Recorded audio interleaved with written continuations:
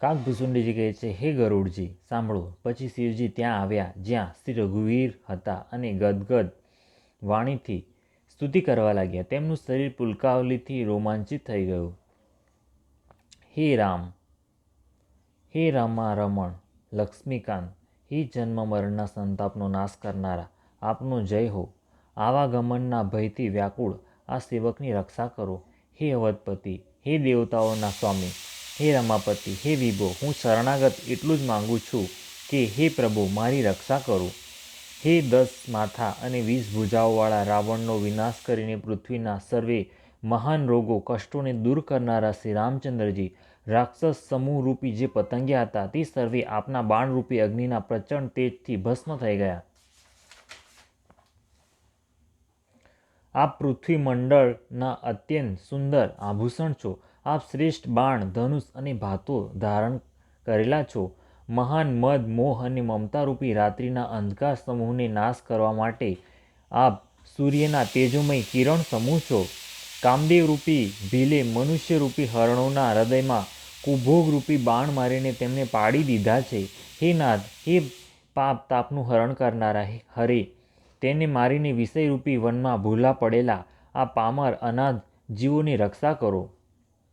લોકો ઘણા જ રોગો અને વિયોગો દુઃખોથી માર ખાધેલા છે.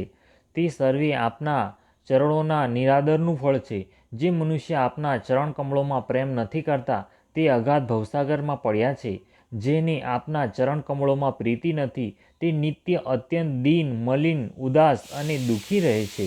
અને જેને આપની લીલા કથાનો આધાર છે તેમને સંત અને ભગવાન સદાય પ્રિય લાગવા માંડે છે.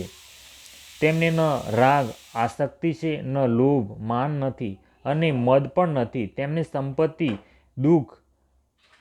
સંપત્તિ સુખ અને વિપત્તિ દુઃખ સમાન છે. આથી જ મુનિલોકો યોગ સાધનોનો ભરોસો સદાને માટે ત્યજીને અને પ્રસન્નતાથી સાથે આપના સેવક બની જાય છે. તેઓ પ્રેમપૂર્વક નિયમ લઈને નિરંતર શુદ્ધ હૃદયથી આપના ચરણકમળોની સેવા કરતા રહે છે. અને નિરાદર અને આદરને સમાન જાણીને તે સર્વે સંત સુખી થઈને પૃથ્વી પર વિચરે છે.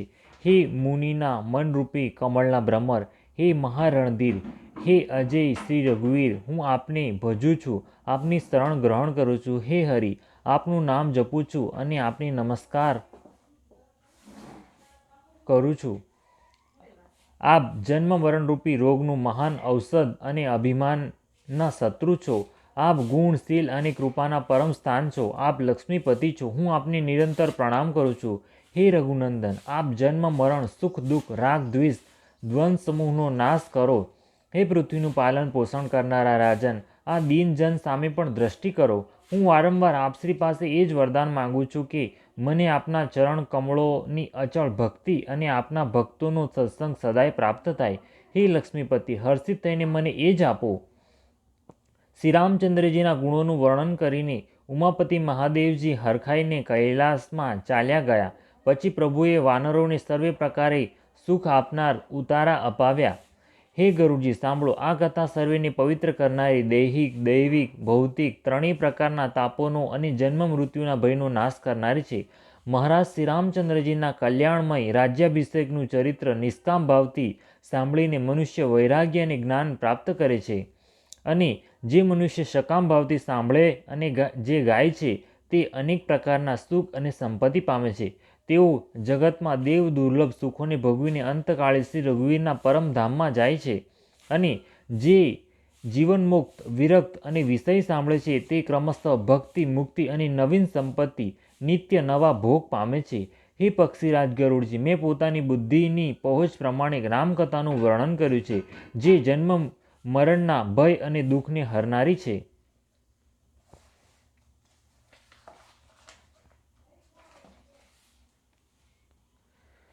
એ વૈરાગ્ય, વિવેક અને ભક્તિને દ્રઢ કરનારી છે અને મોહરૂપી નદીને પાર કરવાને માટે સુંદર નૌકા છે.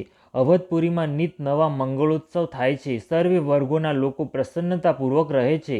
શ્રી રામચંદ્રજીના ચરણકમળોમાં જેને શ્રી શિવજી, મુનિગણ અને બ્રહ્માજી પણ નમસ્કાર કરે છે, સર્વેની નિત્ય નવીન પ્રીતિ છે. ભિક્ષુકોને અનેક પ્રકારના વસ્ત્રાભૂષણ પહેરવામાં આવ્યા અને બ્રાહ્મણો અનેક પ્રકારના દાન પામ્યા.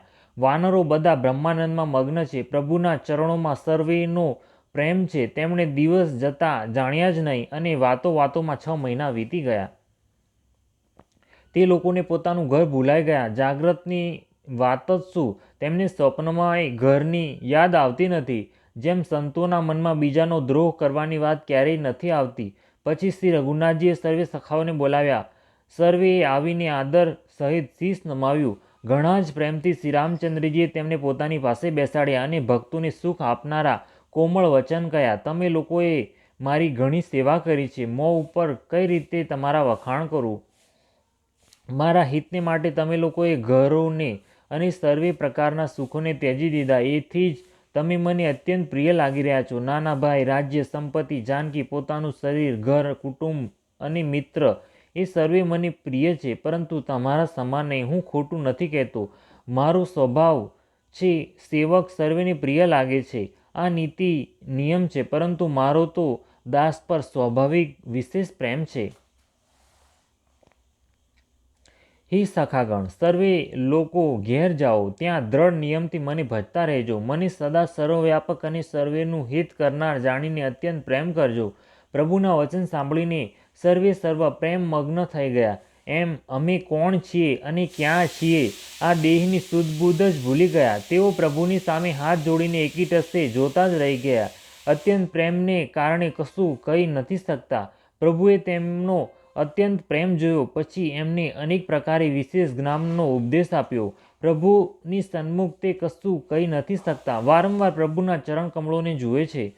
પછી પ્રભુએ અનેક રંગોના અનુપમ અને સુંદર ઘરેણાં કપડાં મંગાવ્યા. સૌથી પહેલાં ભરતજીએ પોતાના હાથેથી સરખા કરીને સુગ્રીવને વસ્ત્રભૂષણ પહેરાવ્યા. પછી પ્રભુની પ્રેરણાથી લક્ષ્મણજીએ વિભીષણને ઘરેણાં કપડાં પહેરાવ્યા, જે શ્રી રઘુનાથજીના મનને ઘણા જ ગમ્યા. અંગદ બેસી જ રહ્યા. તેઓ પોતાના સ્થાનેથી હલ્યાય નહીં. તેમનો ઉત્કૃષ્ટ પ્રેમ જોઈને પ્રભુએ એમને બોલાવ્યા. જામવન અને નીલ આદિ સર્વેને શ્રી રઘુનાથજીએ સ્વયં ભૂષણ વસ્ત્ર પહેરાવ્યા. તે સૌ પોતાના હૃદયમાં શ્રી રામચંદ્રજીના રૂપને ધારણ કરીને તેમના ચરણોમાં શીશ નમાવીને ચાલ્યા. પછી અંગદ ઉઠીને શીશ નમાવી નેત્રોમાં જળ ભરીને એને હાથ જોડીને અત્યંત વિનમ્ર તથા જાણે પ્રેમ રસમાં તરબોળ મધુર વચન બોલ્યા. હે સર્વજ્ઞ, હે કૃપા અને સુખના સમુદ્ર, હે દેવો દીનો પર દયા કરનારા, હે આર્તોના બંધુ, સાંભળો. હે નાથ, મૃત્યુ વેળાએ મારા પિતા વાલીએ મને આપના જ ખોળામાં મૂકીને ગયા હતા. માટે હે ભક્તોના હિતકારી, પોતાનું અશરણ શરણ બિરુદ પ્રણ યાદ કરીને મને ત્યજો નહીં. મારા તો સ્વામી, ગુરુ, પિતા અને માતા સર્વે કંઈ આપ જ છો. આપના ચરણ કમળોને છોડીને હું ક્યાં જઉં? હે મહારાજ, આપ જ વિચારીને કહો. પ્રભુ, આપને ત્યજીને ઘરમાં મારું શું કામ છે? હે નાથ, જ્ઞાન, બુદ્ધિ અને બળમાં હીન આ બાળક તથા દીન સેવકને શરણમાં રાખો. હું ઘરની સર્વે નાની મોટી કંઈ પણ સેવા કરીશ અને આપના ચરણ કમળોને જોઈ જોઈને ભવસાગરની તરી જઈશ. આવું કહીને તે શ્રી રામચંદ્રજીના ચરણોમાં નમી પડ્યા અને બોલ્યા, હે પ્રભુ, મારી રક્ષા કરો. હે નાથ, હવે એવું ન કહો કે તું ઘેર જા. અંગદના વિનમ્ર વચન સાંભળીને કરુણાની સીમા પ્રભુએ શ્રી રઘુનાથજીએ તેને ઉઠાવીને હૃદય સરસું ચાપી દીધું. પ્રભુના નેત્ર કમળમાં પ્રેમાશ્રુનું જળ ભરાઈ આવ્યું. પછી ભગવાને પોતાના હૃદયની માળા, વસ્ત્ર અને મણિ રત્નોના આભૂષણ વાલી પુત્ર અંગદને પહેરાવીને અનેક પ્રકારે સમજાવીને એમને વિદાય આપી. ભક્તની કરણીને યાદ કરીને ભરતજી, નાના ભાઈ શત્રુઘ્ન અને લક્ષ્મણજી સહિત તેમને વળાવવા ચાલ્યા. અંગદના હૃદયમાં પ્રેમ ઓછો નથી, અર્થાત ઘણો અધિક પ્રેમ છે. તેઓ વળી વળીને શ્રી રામચંદ્રજીની સામે જુએ છે અને વારંવાર દંડવત પ્રણામ કરે છે. મનમાં એવું થાય છે કે શ્રી રામચંદ્રજી મને રોકાવાનું કહી દે. તેઓ શ્રી રામચંદ્રજીના જોવાની, બોલવાની, ચાલવાની, તેમના હસીને ભેટવાની રીતને યાદ કરીને વિચારે છે, દુઃખી થાય છે. પરંતુ પ્રભુની ઈચ્છા જાણીને બહુ જ વિનમ્ર વચન કહીને તથા હૃદયમાં ચરણ કમળોને રાખીને તેઓ ચાલ્યા. અત્યંત આદરની સાથે સર્વે વાનરોને વળાવીને ભાઈઓ સહિત ભરતજી પાછા આવ્યા.